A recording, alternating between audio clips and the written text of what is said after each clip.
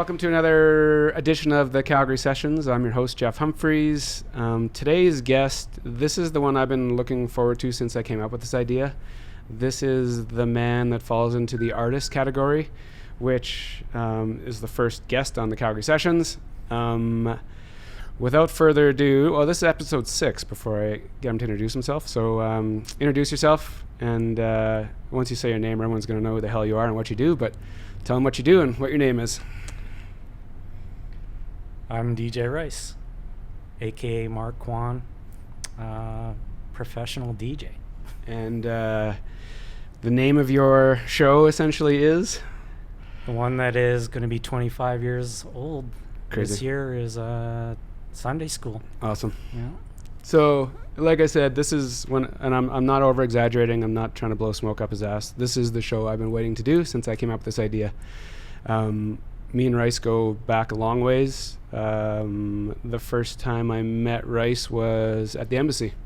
I was bussing, super glamorous. Rice was DJing in the basement, and Rice's name was obviously he was the guy in the scene. I was this like baby-faced kid bussing in one of the coolest clubs in town. Rice was playing the music that I loved, and that's how we met. The funny story about the one that comes to mind for me is Rice is the ultimate professional, super talented. He is the reason I started DJing. The one memory I have is when I was going to multimedia school, we had the opportunity to come up with a design for a brand.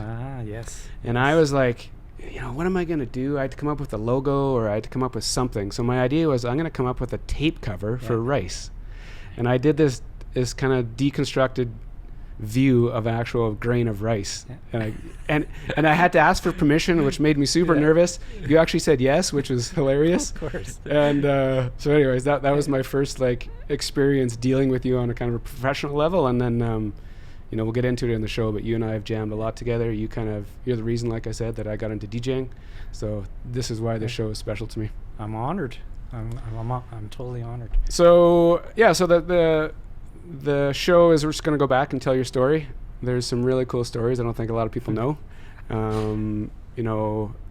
Go back as far as you want to go. Me and Payne were talking about a particular part of your history. So yeah, go back. Born and raised Calgarian. Go back as far as you want. Elementary, junior high, what your first passion was, just get into it.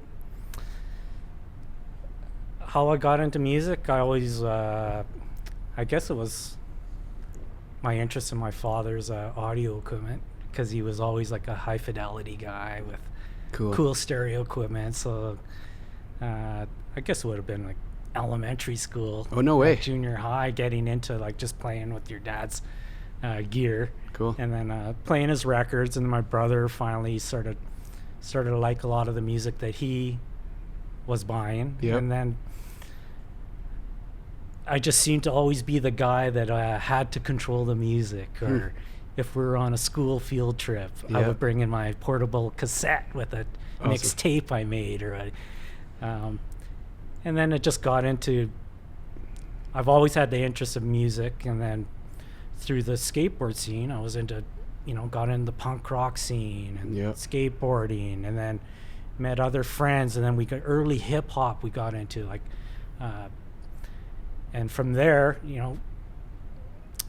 eventually got a job at a record store called Top 20 Sounds on First Street, just down from Mescalero. What was that other record store on Stephen Ave? Attic. Yeah, that was another good one. And they were kind of around at the same time?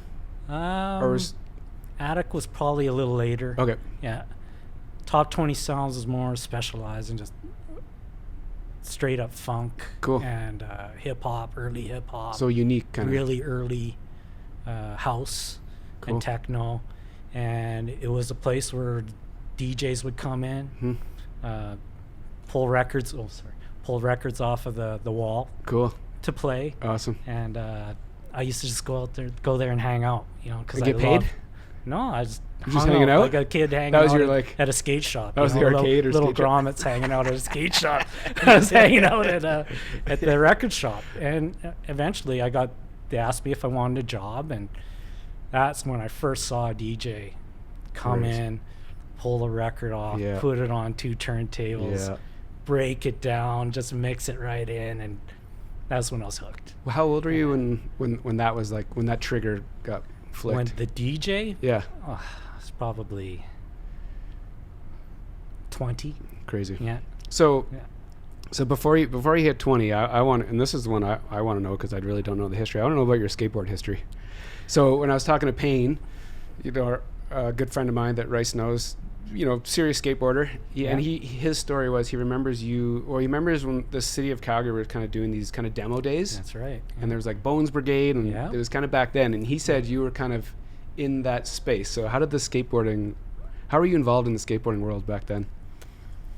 Originally, I was into the first wave of skateboarding, which was probably late 70s.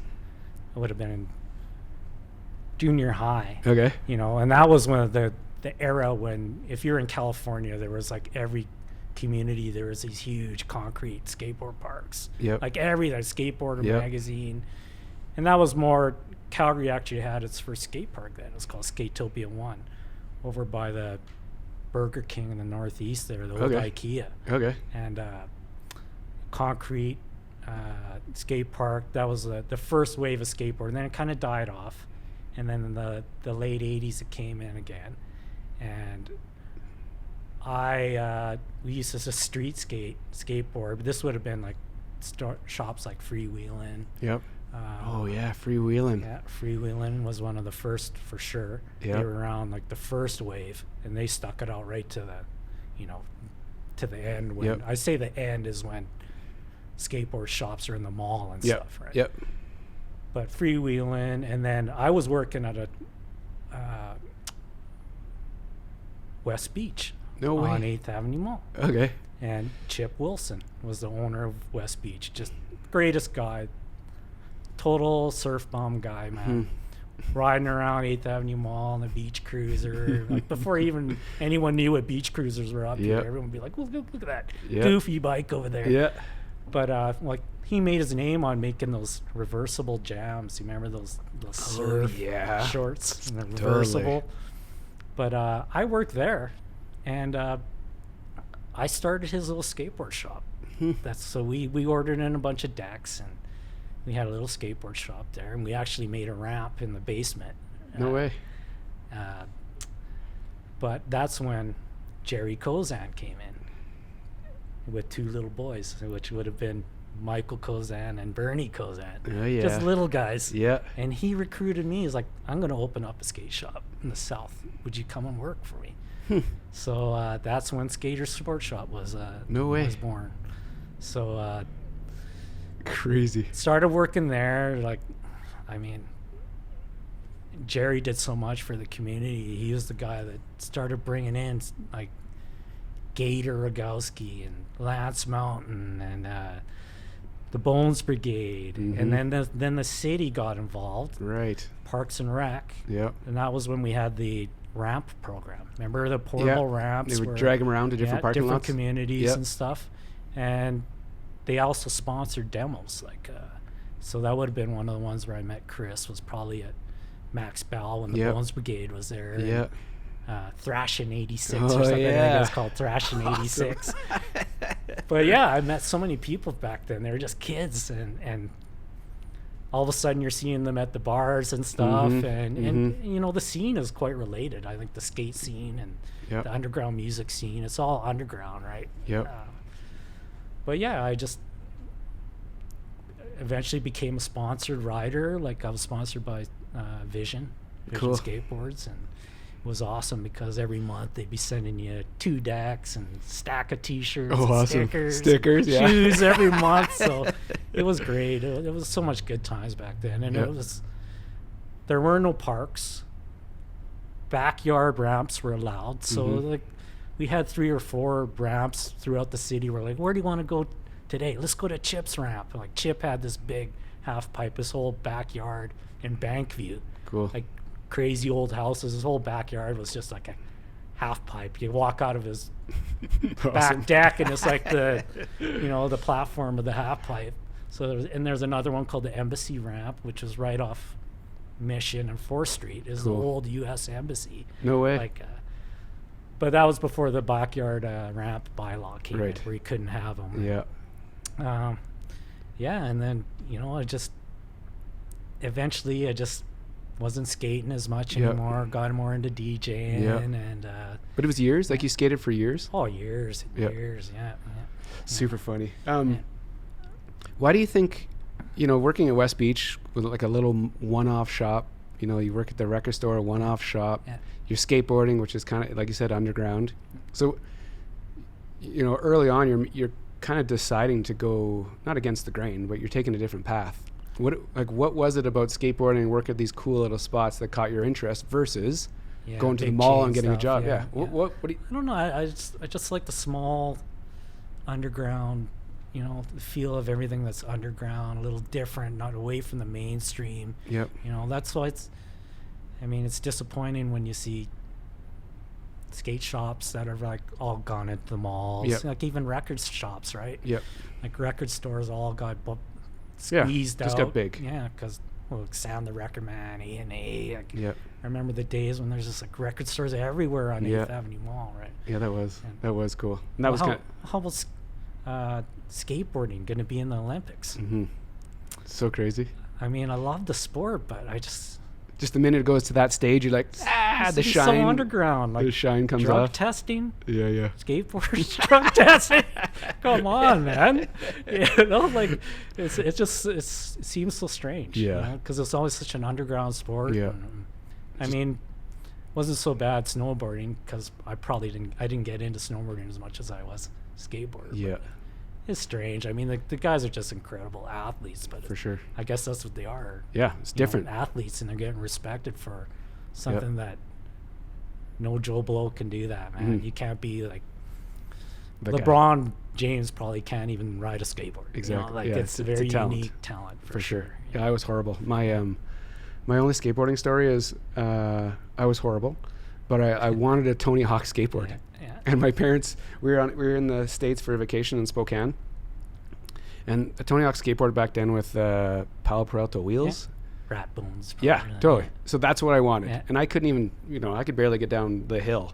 So my parents drive around all over Spokane, USD, and they find this Tony Hawk's, and they buy it for me at this little skate shop. And all I could do on this thing was sit on it and luge down hills. That was it. I could never ollie. I was scared shitless of ramps. I was the poser, but I loved the idea. Yeah, totally. But yeah, I wish I could have done it, but I was horrible. I met Tony. We brought Tony in the Bones Brigade. He No came, way. But he was so young. He was like 16, 17. And Remember? amazing? Yeah. Oh, incredible, man. Yeah. Incredible. That would have been right before he released the 720. Like, yeah. Oh yeah. And I actually was down there when he debuted the 720 in Delmar Skate Ranch. We watched that. It was called the Showdown at the Ranch. And that was probably a couple years before they knocked all those parks down. But I got to go down and ride all those old parks like Upland and Because you were Delmar. sponsored with Visions, or you just no, that would have been just like a trip. Just Going you- down, that was me your and- passion, Me and a you were buddy, going. yeah, go down there and do a skate park tour. crazy. Go see the competitions. And, So you were like Yeah. like way into it. drove out to Expo 88, was it? 88 or Vancouver? 86 or something. 86, Yeah. yeah. Yeah. And the awesome ramp there. Like down in the Expo site down in Vancouver, hanging out with all those guys, like the Bones Brigade guys. Let's go street riding. Like street riding with Steve Stedham and Gator and hanging out with Caballero and Christian Hosoi and Lance Crazy. Mountain. Those days were just so much fun. Yeah. And you know what's interesting, because I didn't know all of that. You have a crazy passion for skateboarding, and then all of a sudden you have a deep passion for music. Yeah. So Yeah. obviously when you decide to go in on something, Yeah, you got too one hardcore. You got one gear. Yeah, I go pretty hardcore. Whether it's music, skateboarding, yeah. camera, whatever it is. Fly fishing. Yeah, you're all in. Yeah. So then back to that to the record store when you first started working there, and you're watching DJs, pulling 12-inch off the wall and pulling it out of the sleeve and putting it on. That's when you realize something. Oh, it was just. I just loved how you could manipulate music, you know. And then when you see a DJ work in a room, like especially in the hip hop shows back then, like did you start off playing hip hop? Oh yeah, I was more of a hip hop guy. Like that's why it was like the name Rice sort of derived from the popularity of everyone being Ice back then. No way. Yeah, like Ice-T, King. Yeah. So no way. So it was Rice. That's why it became Rice. So and it stuck. You know. So what kind of hip hop were you playing? Oh, back then would have been like, you know, Jazzy Jeff. No way. Fresh Prince. Awesome. Cash Money, Marvelous. You know, all the original old school guys. I mean, we even I should mention there was some great guys I worked with, like Ludlow, Rodney, who they were promoters. And we were able to do Ice-T. We brought in Ice-T. No. We brought in Where? Low Profile, Jubilee. No way. Fresh Prince and Fresh Prince. Jazzy. Yeah. And actually, that was when I was doing the radio show at CJSW. Actually had Fresh Prince and Jazzy up on my show, hanging out with Will Smith. And no way, man. And their bodyguards. He had these 2 big bodyguards with them, and crazy. It was amazing. Yeah. This all stemmed at that record store. This come from the record store. I'm like, hey, I do a radio show. Come up to the radio show. Interviewed those guys before the gig. Yep. And yeah. So roll me through the record store. Like how, you know, because I'm going to tell my story how I got into it. So I want to hear yours. So you're seeing guys playing with music, and then what's your next move? What do you decide to do? Do you start buying records? Do you start buying gear? Like what's the evolution there? Had to get your gear, man. Yeah. You know, I had to. First of all, we started renting out gear, just because gear was just so expensive back then. Well, it was back then. It seemed expensive, but. So to go to a party, you would rent gear? Rent gear, go rent it out, put a party on. But like no practicing, you would buy a bunch of records. Yeah. You would kind of practice, and you weren't crate? as good as you were back, you know. Yeah. As you are now, but eventually I ended up buying my own gear. Yeah. I had to have my mom co-sign a loan for me. Awesome. Bought 2 silver 1200s, Technique 1200s, used off a mobile DJ company. Crazy. 2 1200s for $1,000. No way. I still have them now. I still use them. Awesome. You know, they're very, you know, personal to me. I'll always hold on to those, right? Yeah. But that's cool. Buying your own gear. Yep. Then starting to buy records. Then finding other record stores. Like then I started to buy out of, you remember Basics? Yep. Out of Vancouver. Yep. With Tyler T-Bone, buying records out of there. Euphoria, Ferocious, Attic. Actually, Attic had a lot of really good. Had racks and racks of records in that store. Remember? Yep. It was really cool. But there would be stuff that would just sit there forever. That's why you could go in there and there'd be like a sale tag on it. And found so many gems there. Actually, I still got in my studio. I got 2 of those record bins from the Attic in my studio. Awesome. Orange, like the 70s orange. But they're great because you can just dig, right? Yeah. Just flipping through. Quickly. Yeah. So, and then those guys that you rattled off, they realized that your music was good and you should throw parties, or how does that start? Or is it just a tight crew that wants to throw parties? Yeah, you would always look for your opportunity to be invited and be a guest or whatever. I mean, it took so long to even, you know, get a chance. So it did. Yeah. So okay. So oh yeah. So like, go from that's why like DJs now, they just don't know how lucky they are. Like they get gigs or get guest appearances or. There's so many rooms. Man, back then it was just like so tough to get in there. So when you finally got your opportunity, you have to go.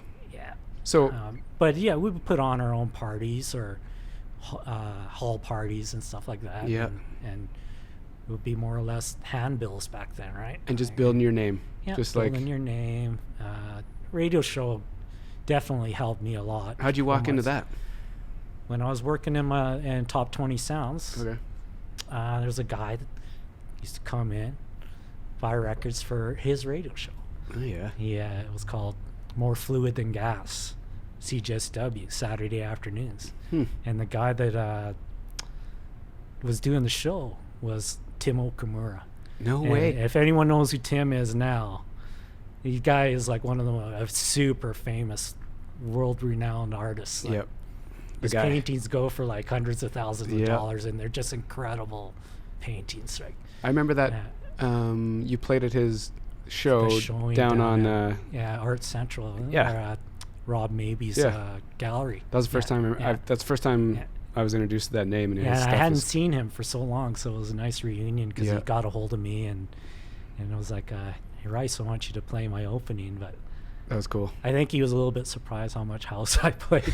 He wanted hip hop. I think he, oh, really? I think he wanted a little bit more beats, and I had kind of transitioned into a little bit more of a house guy at that point. Yeah. But, Funny. yeah, but that was Tim that came in, and he would have been just going through ACA at that point, College of Art, and we would do shows up there too, like at the College of Art at their pub nights. But and eventually he asked me to come in and do the show with them, and started to become like hip hop and a little bit of house. Yep. Some more dance, a lot of more dance stuff like R&B. Yep. But then house mixes of that R&B track. That's probably when I started to really like house. Just it was something. So you go from hip hop to hip hop to starting to think that house is kind of like there would always be they tie together. Yeah. And some of the R&B artists, which are a lot of them are the same as the female vocalists from the like the vocal house stuff, right? So I started to play a lot of that, and eventually Tim moved to New York to start his successful career, and I took over the show. And man, it was awesome. It was called The Power Move. And what years were those ish? Must have been mid 90s. Like early 90s to mid 90s. So right before Sunday Skool? Before Sunday Skool. Okay. Yeah. Okay. And we did that for 4 or 5 years. Every Saturday afternoon. Great slot. Caribbean link up with Leo C was right after us, so it was awesome. Like awesome. Just house, the vibe. Hip hop and then reggae after that. Yeah. And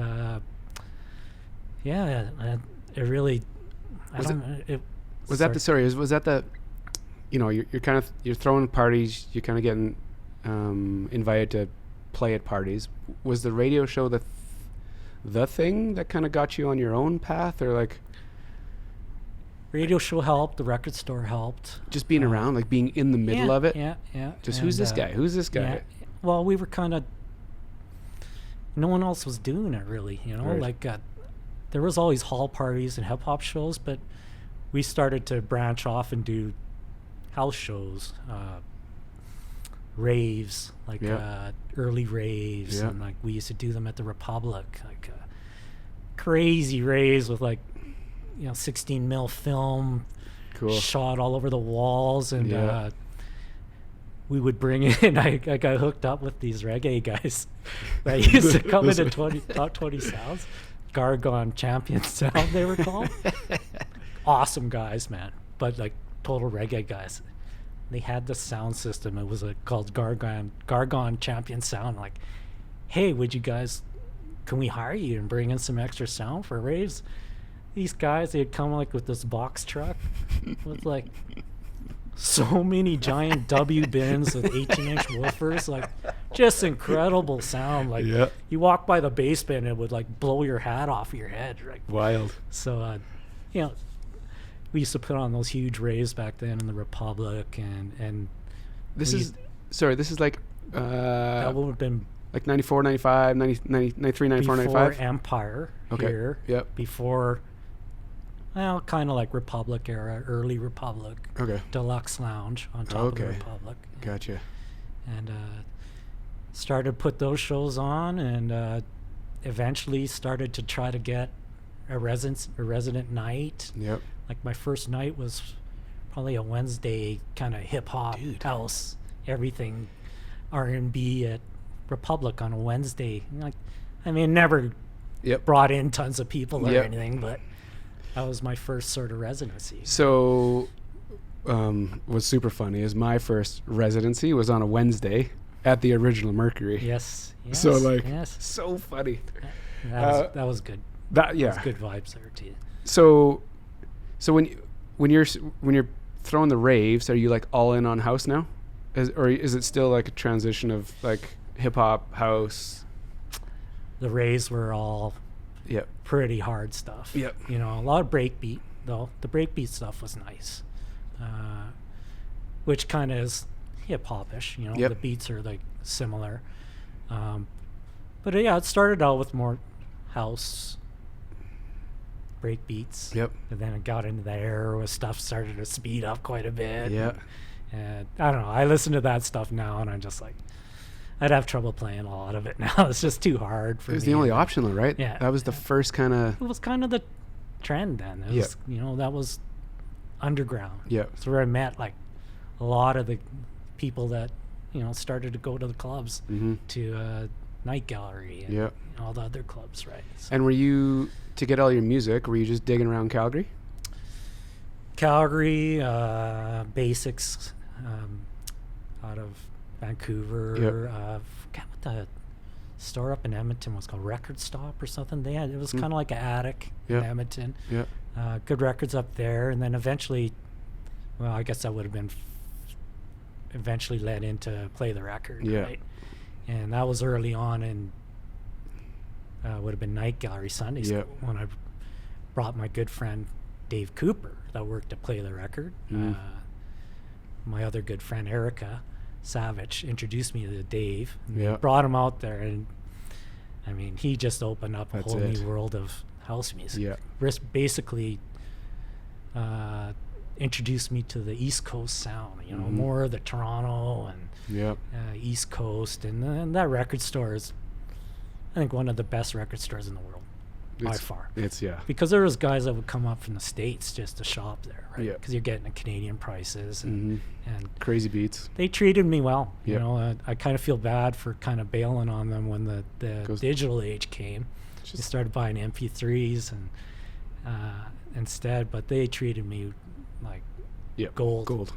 You know, like, here's Rice. He's calling Friday. Yeah. You know, I'll take it upstairs. Yeah. Like, they'd go upstairs, pull out a stack of records, and just play one after another over the phone. And what do you think of this one, Rice? Yeah, I like it. Take this one, Rice. Yeah. Dude, I remember you telling me that's how you did it. Yeah. And the amount of hours that went into that on their side and your side, making the judgment call over the phone is crazy. Now you just go to a website and like click, click, click, click, and which is good and bad. Suggested Good and songs. bad. People good and that bad. bought this song also looked at they this tee song. you up. They put you down the path.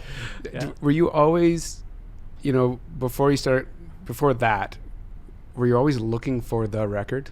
Were you like, when you're digging around Calgary, Edmonton, Vancouver, were you always looking for that jam? Like, would you spend a lot of time looking? Oh yeah. Yeah. Like I relied on those guys a lot. They got to know my sound. Yeah. They got to know the labels I liked, the producers I liked. So it was like every new release, they'd pull it right, and kind of knowing that It was that's your sound, right? But you know, like in those early days, you looked up to like Marcus Wyatt or you know, Diz. Like those are the first guys we brought into Sunday School. It was like Mark Grant, Mike Huckabee, rest in peace, who just passed away last year. Diz, Marcus Wyatt, just like and the guys. and man, you look up to them. Yeah. You would record their set, and you'd just be like, "Oh, I got to get that track." What was that track?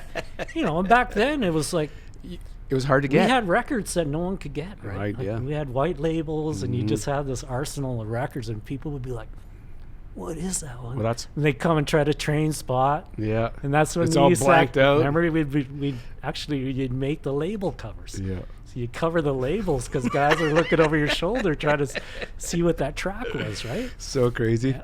So, you know, for a big chunk of the audience in here, you know, they know you because of Sunday School. That is your calling card. Will always be your calling card. So, take us to how that started, and you know, or even just back it up before that. you got your residency of the Republic on a Wednesday, and then the progression to get to Sunday Skool. That's what I kind of want to hear.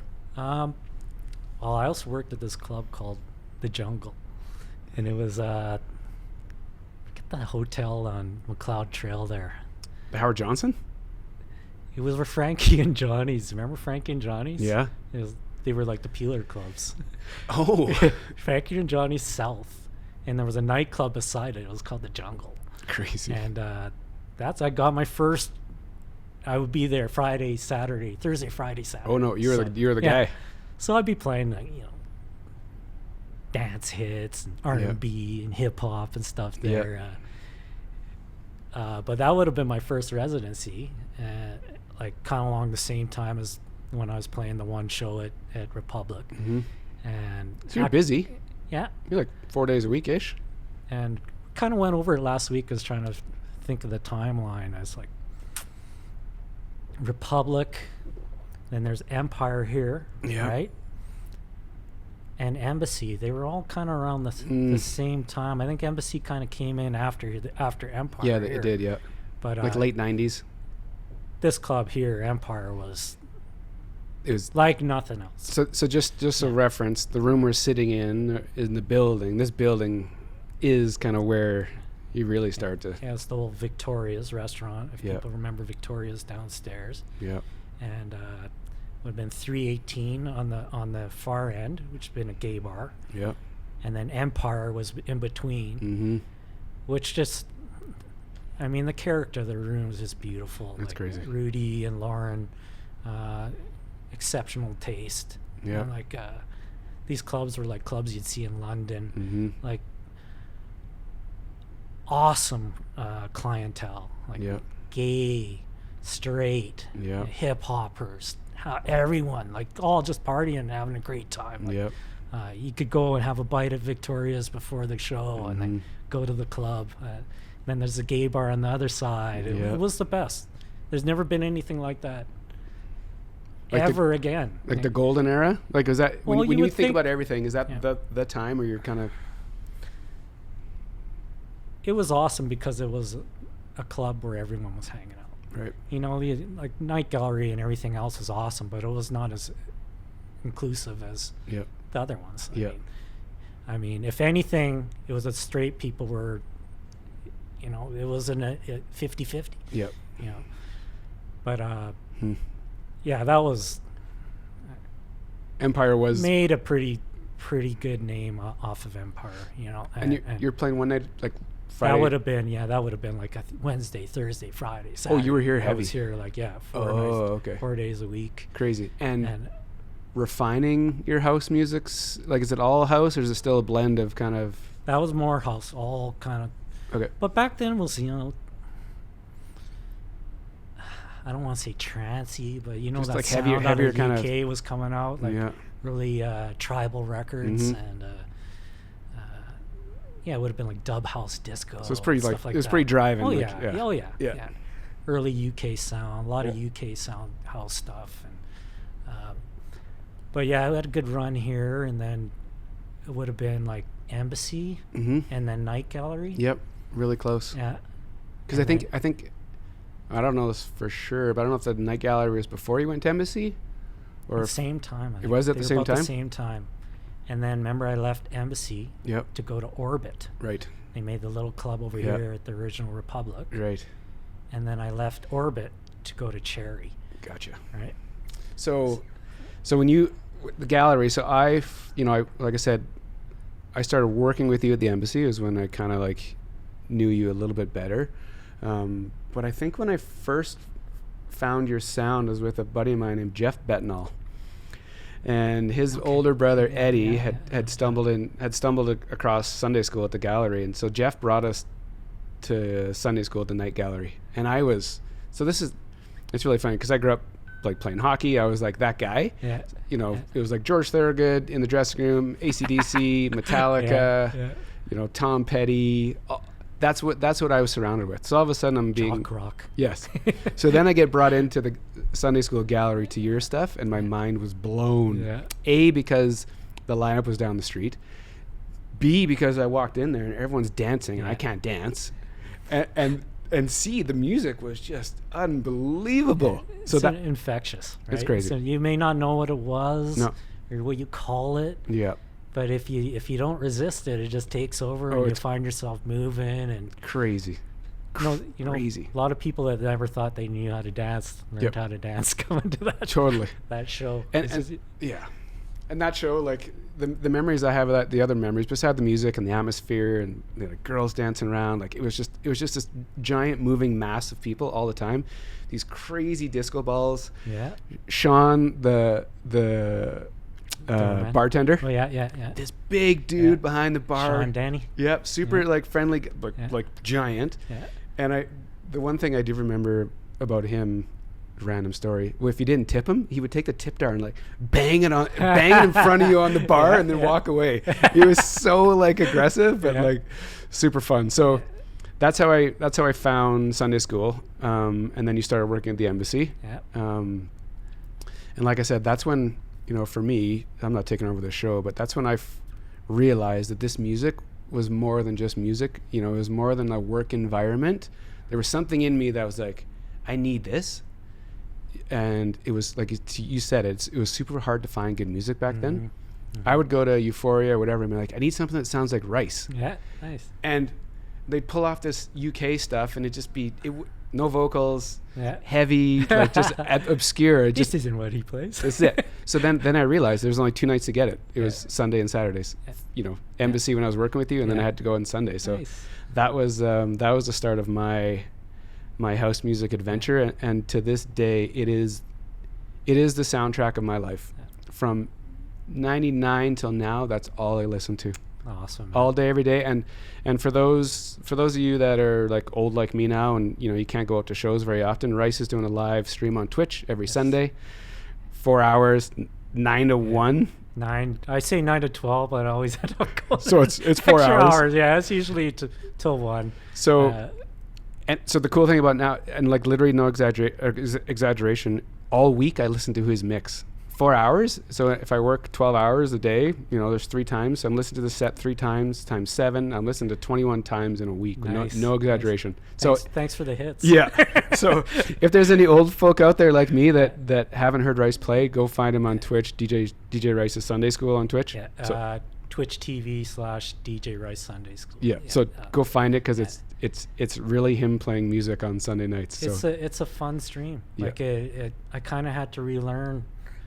Like with the pandemic, I've gone 25 years playing Sunday every Sunday, missing maybe a few in those 25 years, to all of a sudden stopping. Yep. And then all of a sudden you're playing down in your basement in your studio. Totally. And the first 4 were pretty rough on Facebook, but nobody would know. But yes, I think we're getting dialed in now. Like it's tight. I mean, how many years into my career? 30 plus years, and I'm still learning every Sunday, and finally really getting a grip on that new mixer and rediscovering music, which is crazy. That like we got thousands of tracks, but they just get buried way deep in your hard drive or in your record room, and it's enabled me to just Sunday afternoon, all I do is just whip through all these records and dig out stuff that I forgot about.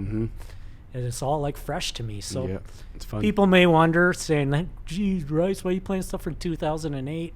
Dude, it's not about me. For me, it's not about playing every single song needs to be a new release or fresh. And quite frankly, I can't find as much good stuff as we used to be able to find, right? Yeah. So my mixes, my streams are all about hitting memories, like throwing moves you stuff I like. Like, is that okay if I play some stuff I like? Yeah, totally.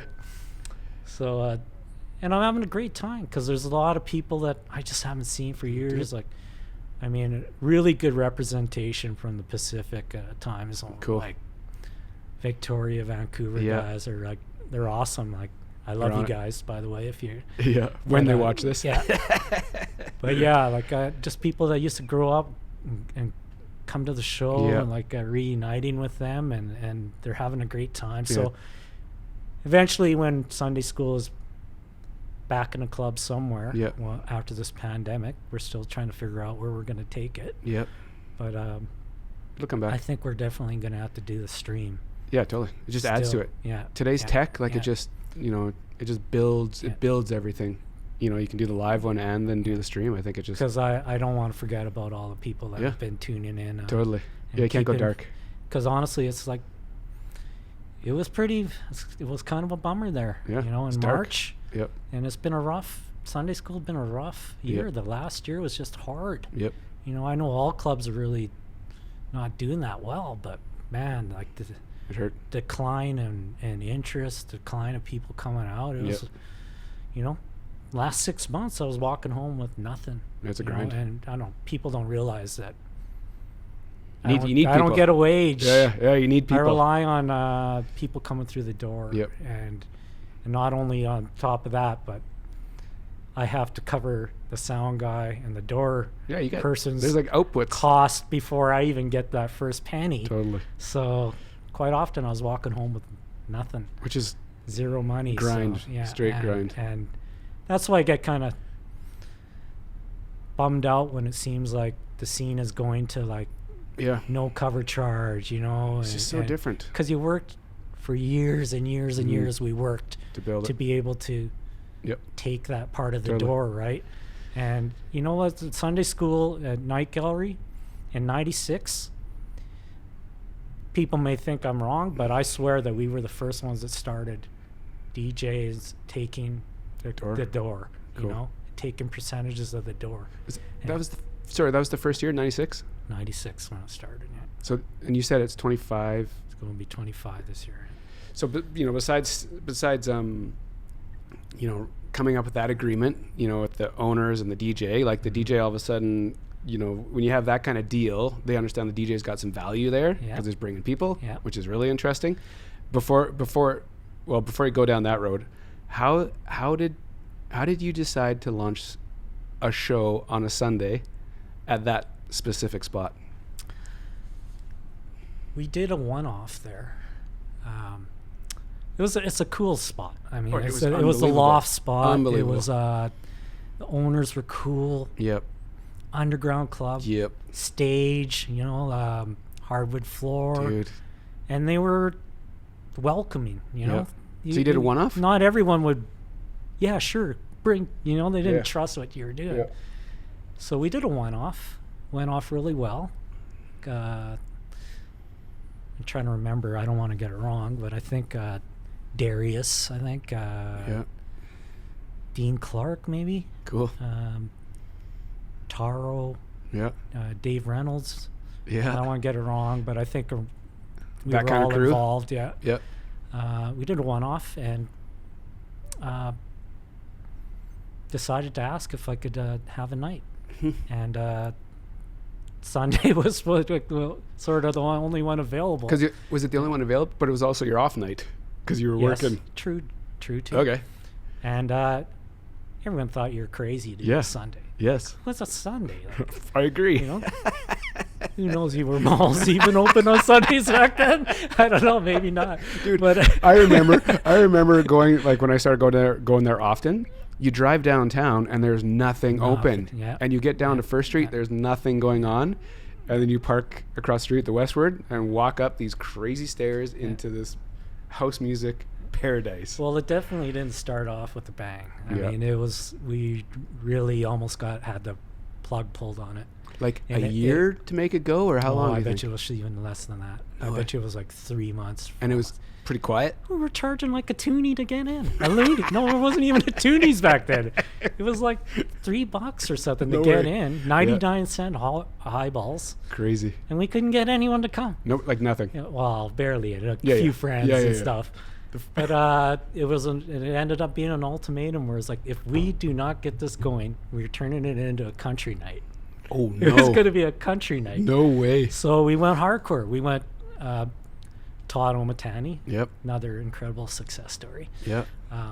He was just going to school at ACA at that time too, doing design. Okay. So he was making flyers. He'd Yep. make flyers. And what was the program? Corel Draw. Oh yeah. Corel Draw, Mhm. floppy disks. Yep. Uh, Yeah. So we'd go up there and make flyers, and we just pump out flyers, handbills, and we just hand build, Like hand build. all over downtown or everywhere? Just everywhere. Hair salons. Oh, yeah. Divine Decadence. Crazy. Where my wife Carmen worked. Yeah. You know, cool shops. What was the name of Soul Kitchen? Okay. Remember Soul Yeah. Kitchen? Victor's Crazy. place? Yeah. Actually, Soul Kitchen, which turned into Mercury, right? Original Mercury. But yeah, you would just leave them at places like hair salons. Crazy. And word of mouth. Yep. And radio, and started to get build a following. Started to get popular, and it just took off. And then, of course, the long weekends, right? Oh, God. All of a sudden, people discovered long weekends. Sunday, there's nothing to do. What's open? Sunday Skool. Dude. So, And that's why Sunday, the long weekends, and now everyone wants the long weekend, Yeah. right? Yeah. No one wanted to touch it before. that long week, the long weekend parties, those were, you Insane. know, insane. So good. And I was working at the embassy then, and a good friend of ours, Big Tony, Tony was, I don't know, just maybe because he worked the door and he worked with the embassy for a while, but he had some pull around there. And literally, you know, the night gallery, it would line up like down to the corner, to the Drum and Monkey. And me, Tony, and a couple other riff-raff that worked at the embassy, we'd walk up to the front door. The door guy would look at Tony, this monster of a man. We'd go up the stairs, Carm's sitting there. Yeah. We'd pay our money, and we're in this madness of Sunday Skool long weekend. That I will always remember that. Remember the floor flex? Yes. The whole, like you said, the whole Well, thing you would is look at bouncing. the speakers, and they would look like, you know, Yep. Like an the earthquake. speakers were moving. Yep. But in actuality, it was the floor Just bouncing. flexing. Yeah.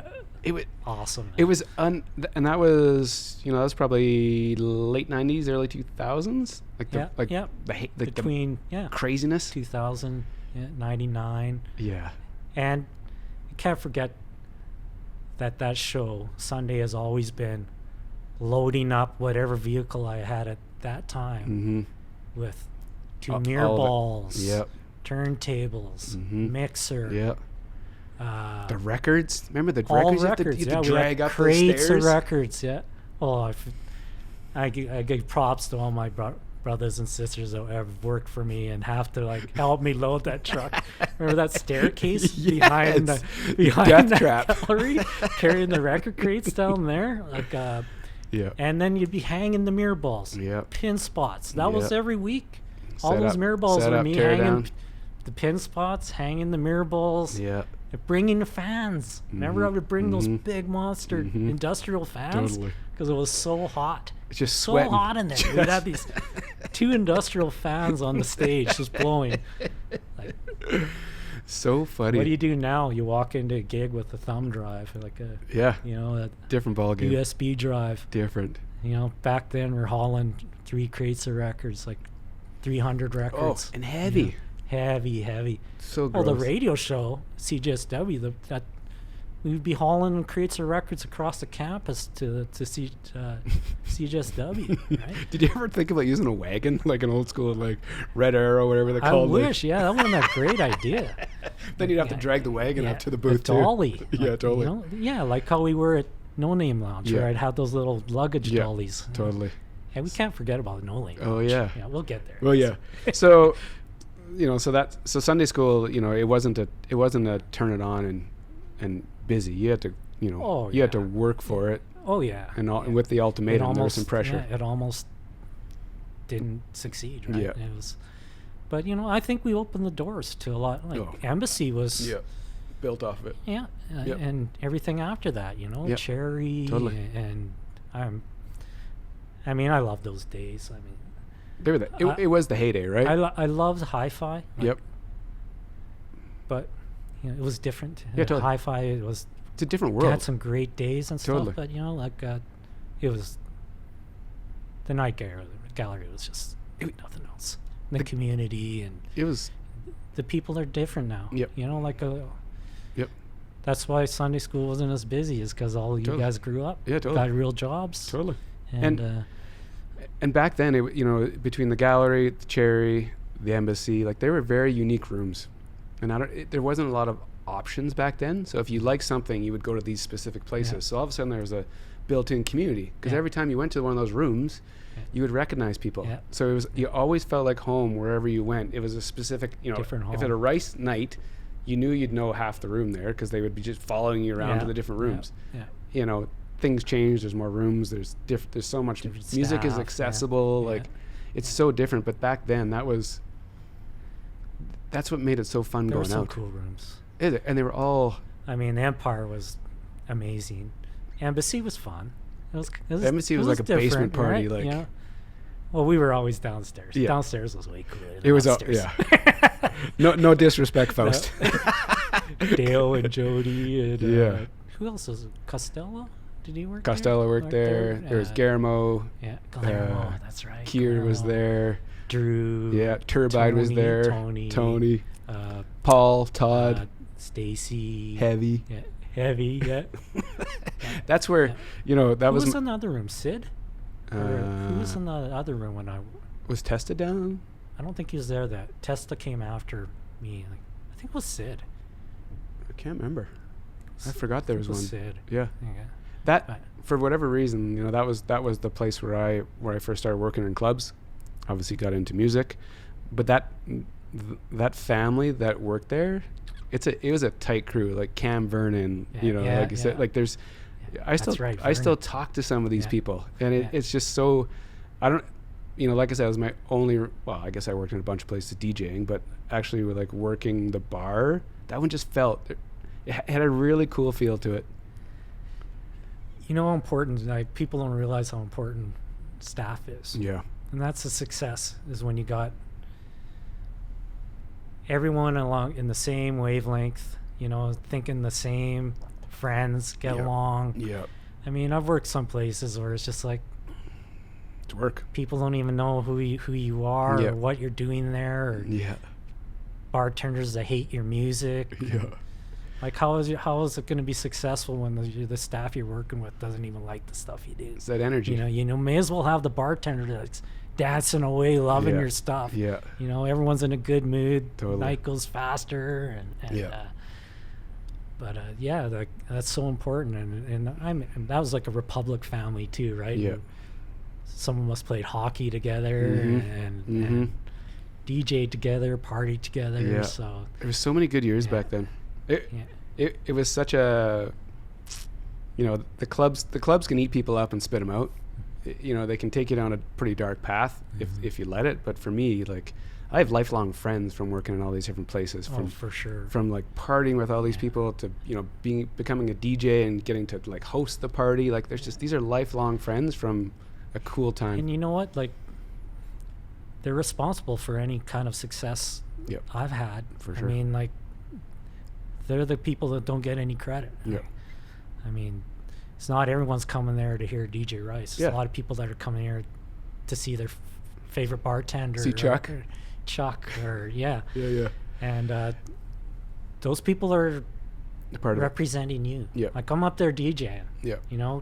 People that are coming through the door are paying. That's how I'm getting paid. You need to have people up front that are friendly, that are representing you, that are charging a cover. Totally. It's a well-oiled machine. Exactly. That if you get it right and everyone's on the same page and friendly, it's success. Game over. Yeah. Night Gallery could have gone forever. Yep. It's just when pieces started to fall off of it. It's when it started to crumble, man. Yep. And you could kind of see it. You were there with me, man. Yeah, totally. If it wasn't for you and Will, I don't think I could have ever made that move. Yeah. That was a long time ago now. Wasn't it? Like those. Well, 13 years, right? Or would have been Hi-Fi's 15th, I think, or something. Right around So it would have there, been 15 years, right? It's and we were there 1 year before Hi-Fi even came at the venue. But that was tough. For sure. That was tough. I mean, I relied on support from you. Yeah, there's nothing going on. Because no one really understood why I left. Yeah. And I mean, I didn't want to come out and hurt anyone else that was still working there with the reasons why I left. But for it to close a year after I left, I kind of saw the writing on the wall. For sure. And it was a good time. And that's when the staff starts to crumble, and Yep. Just changes. Yeah. And venue, it was raw, and Oh yeah. but we had some good parties For in there. sure. I remember the Halloween one. Jesus, it was, yeah, it was Jamming. great. Still pull those photos out. Oh, I know. Do you remember again Big Tony walking around SpongeBob yeah. SquarePants? This monster of a man in this giant SpongeBob. Sean was like Napoleon Dynamite or whatever yeah. it came out. Oh, those are some good parties. Yeah. So fun. But I look at pictures back then. It was just nothing in that Nothing. place. It was white, Yeah. like white walls. Yeah, like and white a brick. weird little corner stage. Yep. Remember the sound system was like JBL Eons, Mhm. self-powered speakers hanging Yep. from the ceiling. Man, that room was tough. Yep. I don't think in the 15 years we ever got it to sound right, man. Only a few times that it ever sound right would be Just- like when Arnold was there, came Yep. in, or Will, and Yep. Reese was pretty good, and Eric, and I don't want to forget any other sound guys, They because worked I've it. worked with a lot of sound techs. But, Yep. but it's just, the room was always really tough because it was such a high ceiling in Mhm. there, right? Mhm. And echoey walls, and Yep. There's lots of you could just never get that sound right in there. It wasn't like wasn't Night gallery. Gallery. Well, Yeah. it's, Night Gallery, low ceiling, Yeah. hardwood, It had- so it it had all of it. absorbed, like the bass was just Yeah. so smooth and hitting you right there. The only other room that had killer sound, well, that I think was No Name. Oh yes. No Name was a special little place Ah, that we were so fortunate. Yep. Like I wish we could still be playing Yeah. there. Yeah. Brent created something what a, there. What that a was, great guy, and Yeah. I thank you for getting me. Yeah, that worked out night. awesome. Yeah. Yeah. And it was like Humps Friday, Mhm. Rice Saturday. Back to back. Yeah, and most beautiful lounge. Hey? Yep. Gorgeous. Such a beautiful lounge. Gorgeous. Like, and Brent was a JBL rep in the past. Mhm. He owned Zargus road cases, so Mhm. all the wicked road cases that were made for bands and stuff Yeah. back then. He owned that company. Northern so he Lights had- and Sound? Did he do that too? Was he Northern Lights and Sound? I can't remember if that was his show either. I'm not sure. Can't about remember. that, Yeah. Anyways, the But that sound. guy had gear. Oh, the Man, sound was. The gear he would have? Oh my God. He had a warehouse full of all that gear. Yep. And remember when he bought the speakers out of the Jubilee Yes. Auditorium? Yes. What were they? Meyer. They were Those huge crazy. Myers. But they were like 8 feet tall. Yeah. I'm like, do you need a sub? He's like, you don't need a sub for these. They're like, why do we use them? Because we use these. We use these in here. Like, people won't be able to hear themselves talk. Like, and it was so unfortunate how we had to pull the plug. Yeah, it's tough. Well, the story was Brent diagnosed with cancer, Yeah. Then the fire. liver cancer. Yep. Yeah. And which you're not supposed to Yep. live too long once No. you're diagnosed. Yep. What's that, 2003? And Yeah. brent's still Yeah, he's fine. he's still kicking I around, saw man. He's him like, last hey year. man, Rice, drop by. Yep. I live right on the river. There's a Yep. great fishing hole like on the elbow. Yeah. Come down and cast a few flies. Dude. Yeah, that Yeah, place was yeah. super cool. And Like- then, so remember how after the fire, it got re-renovated. Mhm. Actually, that's what happened, right? The Yep. fire Yep. closed, Yep. re-renovated, ready to open. Yep. Brent, Got sick. got sick. Yep. We had to close it. Yep. That place was. He wanted to sell it to me. No, really, take the building? Come on, Rice. Yeah. $1 million. I know. I remember that was the number. Where am I going to get it? Come on, Rice. You got a lot of rich friends. And that is probably a steal of a deal, Yeah. right? Oh That's some my prime God. real estate. Oh my God. Yeah. But That room was really cool. very cool. Yeah, I think Cool. the older I got, didn't go out as much. Part of it was probably A, because I didn't have the energy to go out. B, was the rooms and the atmosphere. It was never what we had back then. That you were on the stage, we were all having fun. That group of people, you can't recreate it. Yeah. And when you start going out to different places and it's not there, the music is still there, but Yeah. that vibe it just changes. Community. It's yeah, and friends. it's that community. Yeah. We were so Oh God, you'd walk in there and just be like, friendly, get a drink. so friendly. Everyone's dancing. Sitting there dancing. Yeah. And you know, like dance eventually by just people. migrating onto the floor. Hey, Totally. Hey, you knew everyone. And lots of head nods and like clapping, like the anticipation for that next track that would come on. And then you see like everyone knows what's about to come on, and like just eyes wide open, and like it's the whole room just cheering. It's so crazy, and that's where, for me deciding to become a DJ, because your sound is the reason I became a DJ, because I knew, finding you once a week wasn't enough for me. I know I had to pull it off.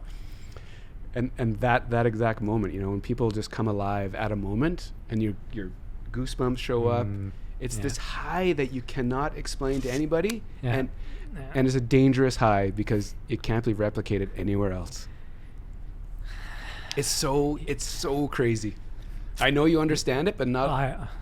I don't know if it'll ever be like can't. that. I don't think it'll ever be the same. No. And I'm not even talking because of COVID. No. It's just that era. It was something about it. It's the era. It's rooms, the things people. have changed. Like, think how much it's changed, though. Oh yeah. Remember, like, Night Gallery? They didn't even have cell phones. Yeah. Totally. And you got to think about that as you came and pay your cover. You were in there. Yeah. You weren't calling your. Can I take a look around? Yeah. Calling your friends on the day, it's getting lame in there. Don't come down. Yeah. It was like you paid your cover. You're in there. And the music, though, there was no options. Yeah. You couldn't go online and find this music for yourself. Yeah. If you wanted to hear it, you had to go here. Yeah. Which that is the reason it's different. Exactly. Like, dude. And where can you still go? Well, you can go online, but yeah. What radio station here? Yeah, it's all different. Maybe CJSW. You might find a program that plays, some house. Yep. Not many that play like what we like. No. You and I like. No. It's so different, and obviously you're like still deep in the scene. I'm not, but I look back in those years as probably the most enjoyable time of my life. Just like you said, the community. That community was just. And so many people say the same thing. It's so cool. And it's flattering, to know that people like remember you. Yep. Like growing up, I used to go there, and there's tons of people that I don't know. They're like, Rice, yes, Rice. I used to come in here all the time. And but it was intimidating back then. There's no way, because you were always up on a stage or in a booth up in the sky. So it wasn't. You weren't approachable. It took a lot of courage to like hop up on the stage, not hit the turntables and bump the needle. Yeah. So it's just so many people, thousands of people that you have no idea that they were there often, just because it just wasn't a thing. Yeah, it is. I feel bad because I don't remember a lot of people. Yeah. Because half the time when I'm meeting people, I got a headphone in ear. Yeah. One ear, like in between mixes. Oh, nice to meet you. Nice to meet you. What was that person's name again? So if I've forgotten anyone's name in the past, that's the reason. Totally. And my age. No, man, it was super special, and Well, hey. It ain't over yet. Nope. And we're going to do shows together again. Totally, man. And I mean, you say that I inspire you, but I find myself, your style of music inspiring me these days. That's cool, man. Like, if you'll notice, I do my notice. mixes lately, that's what I'm listening to. They're pretty Humphreys, man. They're 21. They're pretty Humphreys style. And, I find that now that I'm doing the streams, I get to pull out that stuff. Yeah, dude. You not so much worry about getting dance floor going working and the stuff. floor. So you get to. And once we start going again, there's going to be a lot of music that I'm just dying to play. Yeah, dude, it's for you to say that is ridiculous because it's like I said, you were the reason I did this. I played for a decade. I got to play around Calgary for damn near a decade because of you. So that's it's our relationship is super super unique and super special. How many guys are doing there's not many guys that play that style like I'm afraid if I go who's gonna be playing that soulful vocal stuff and the nice disco and you'll have to come out of retirement, dude. Oh man, if I retire, dude, I can't make it past 9 o'clock at night. But yeah, man, you know, you and I could talk forever. I got to put a bow on this show. It's so cool, man. It's so cool that you actually said yes to this. You know, not a lot of people have access to you. You know, you are a private person, a very professional person. And so for me to have access to you as a good friend, this means a lot to me. So the way I like to end this show is, you know, Calgary means a lot to me. What I'm trying to get at is what Calgary means to different people. So when I say Calgary, what kind of thoughts start running through your head? It's my hometown. I mean, I've never lived in another city. I was born and raised in Calgary, lived here my whole life. It's where I had my family, my boy. It's where I met Carmen. It's everything. Calgary, clean city, mountains, clean streams full of trout. A hockey team that has its highs and lows. But yeah, that's Calgary. It's my home. I mean, it's where I met all my friends, my best friends, and I don't really know anywhere else. So it's where I hang my hat. Yeah, dude, I feel the same way. It's everything. It's everything to me. It's changing, but every city's changing, I think. But it's my home. It's all of it. Yeah. That's cool, man. Can't thank you enough. I'll include the Twitch link in this the comments below so people can find it. And I strongly suggest anybody that grew up in the heyday, and I'm talking to you, Cowie, and I'm talking to you, Tony, specifically, go find Rice on Twitch and listen to his mixes, because it's going to take you back to to when we were all having a lot of fun. So thanks for playing the music. Thanks for having me, man. You know, I'm a guy I was pretty nervous about doing. I'm a pretty shy guy. Yep. But you know, everyone that's ever come to Sunday Skool, thank you from the bottom of my heart. You know. Yeah, dude. Yeah, I owe it to you. And I owe it to Calgary. I mean, I've made a career out of what I do, right? Yep. And that's all I do. Yeah. I might have to get another job though. Dude. But I'm going to continue going. The run is still going. As my hearing's there and people want to still enjoy my music. And worst case scenario, if you need me to like plug things in for you one day because you can't bend over, but I'll come do that for you. You'll be the first one. You'll be the first one I call, man. All right, cool, man. Thanks, Rice. I totally appreciate it. My pleasure.